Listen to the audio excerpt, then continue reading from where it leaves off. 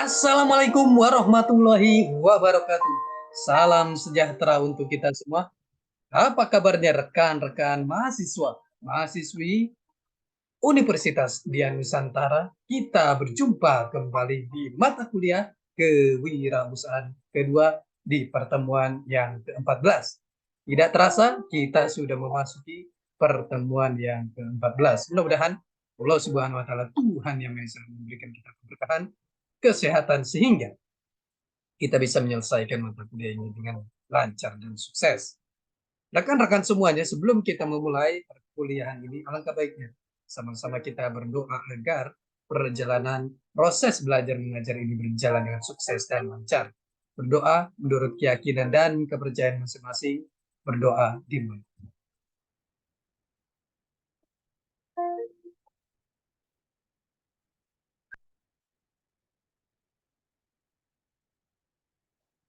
Selesai. Rekan-rekan semuanya, di pertemuan ke-14 ini kita akan membahas materi yang sangat menarik sekali. Mohon izin saya share materinya.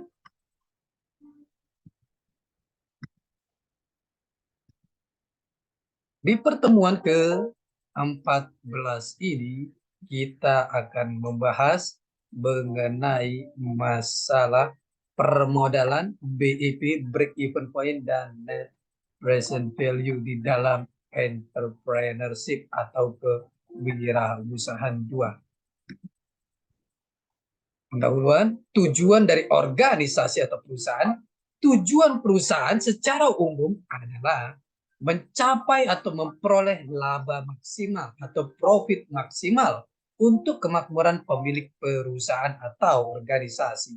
Maksimalisasi kemakmuran pemilik pemegang saham dapat diperoleh melalui laba per lembar saham atau earning per share, price earning ratio atau PER, harga pasar saham dibagi EPS, tingkat bunga bebas risiko, tingkat bunga deposito dibagi obligasi pemerintah, tingkat kepastian operasi perusahaan, menjaga kelangsungan hidup organisasi atau perusahaan, going concern, dan mencapai kesejahteraan masyarakat sebagai tanggung jawabnya.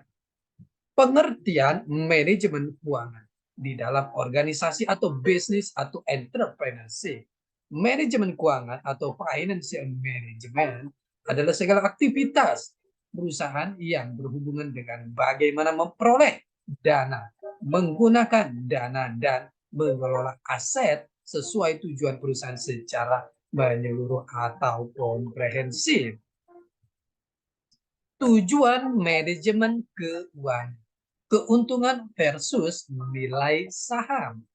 Keuntungan versus nilai saham. Maksimalisasi keuntungan dan maksimalisasi nilai saham dengan demikian merupakan dua hal yang berbeda. Nilai saham akan ditentukan oleh banyak faktor, keuntungan perusahaan, resiko, dan faktor lain. Harga saham yang terjadi merupakan konsensus yang terjadi di pasar keuangan terhadap prospek dan resiko perusahaan di masa yang akan datang. Harga tersebut mencerminkan informasi besarnya aliran kas, timing, resiko, dan lainnya yang dianggap relevan oleh investor. Manajemen keuangan. Ada 3 aktivitas utama dalam manajemen keuangan. Yang pertama, aktivitas pendanaan atau financing activity merupakan kegiatan manajemen perusahaan untuk mencari sumber dana atau modal untuk membiayai kegiatan bisnisnya. Aktivitas pendanaan ini dapat dilihat dari laporan neraca, diisi liabilitas dan ekuitas. Sumber dana berasal dari sumber eksternal dan internal perusahaan atau organisasi. Gambar 1, sumber dana perusahaan atau organisasi. Sumber dana eksternal terdiri dari liabilitas jangka pendek dan jangka panjang, dan juga ada saham. Sumber internal terdiri dari laba ditahan, penyusutan, amortisasi, deflasi, penjualan aset tetap, dan lain-lain. Ini adalah sumber dana keuangan atau organisasi.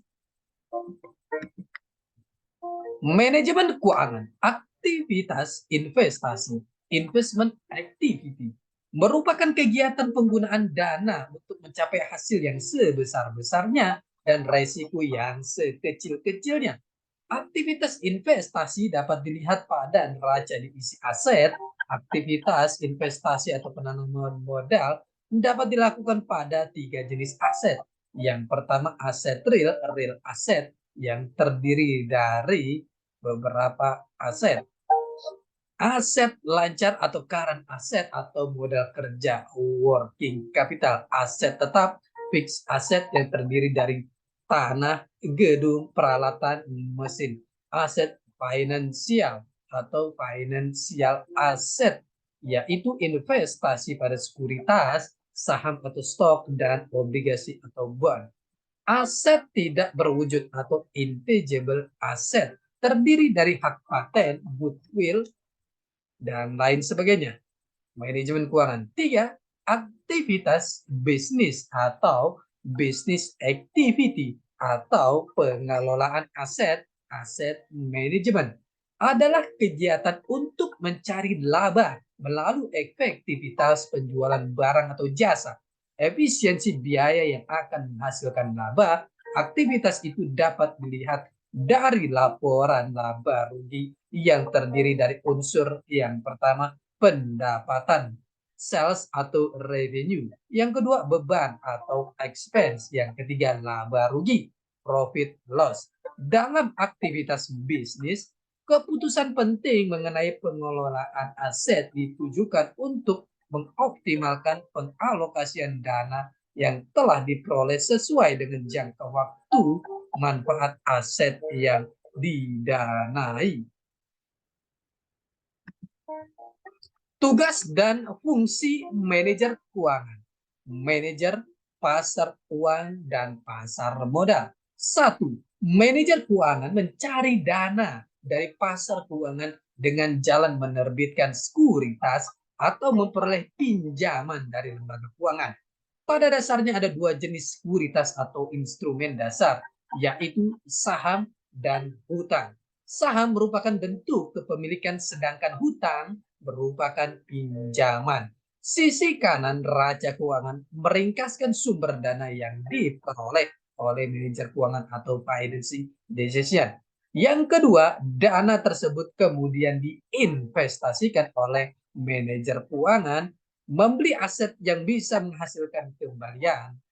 Sisi kiri neraca keuangan meringkaskan aset yang diperoleh manajer keuangan dengan menggunakan dana yang diperoleh pada langkah 1 di atas. Investment. Yang ketiga, aset tersebut dikelola sehingga menghasilkan keuntungan. 4. Hasil keuntungan atau return akan dividend decision. Sebagian dana dikembalikan ke pasar keuangan melalui media yang berbeda-beda. Untuk pemegang saham, perusahaan membagikan dividen, sementara untuk pemegang hutang, perusahaan membagikan bunga dan mengembalikan pinjaman pokok hutang. Sebagian kembalian atau tingkat keuntungan ditanamkan kembali oleh manajer keuangan ke dalam perusahaan.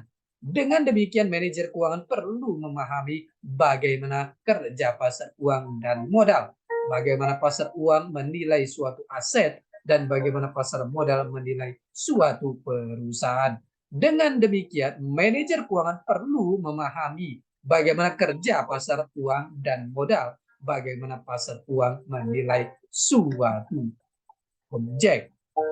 Hubungan fungsi dalam manajer keuangan. Kita lihat di sini gambarnya manajer keuangan, keputusan investasi, keputusan investasi, ada pengelolaan aktiva, ada keputusan pendanaan, ada kebijakan dividen. Keputusan investasi ada aktiva lancar, aktiva tetap, total aktiva. Begitu juga pengelolaan aktiva. Ada neraca, ada aktiva lancar, aktiva tetap, total aktiva.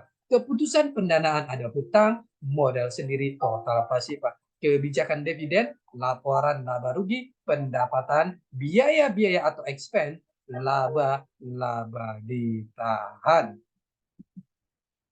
Modal kerja adalah dana yang diperlukan untuk memenuhi kebutuhan operasional perusahaan sehari-hari, seperti pembelian bahan baku, pembayaran upah guru, membayar hutang, pembayaran lain-lain.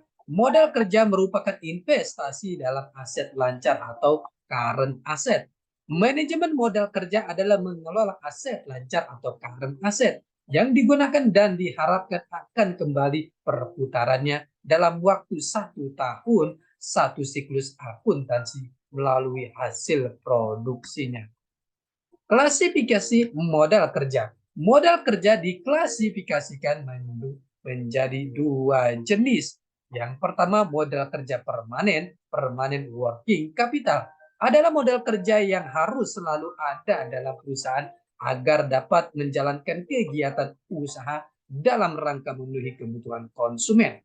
Modal kerja permanen dibagi menjadi 2 macam, yakni modal kerja primer dan modal kerja normal. Modal kerja primer atau primary working capital, yaitu modal kerja minimum yang harus ada untuk menjamin kontinuitas kegiatan usaha. Yang B, modal kerja normal atau normal working capital, yaitu modal kerja yang dibutuhkan untuk melakukan luas produksi yang normal. Klasifikasi modal kerja.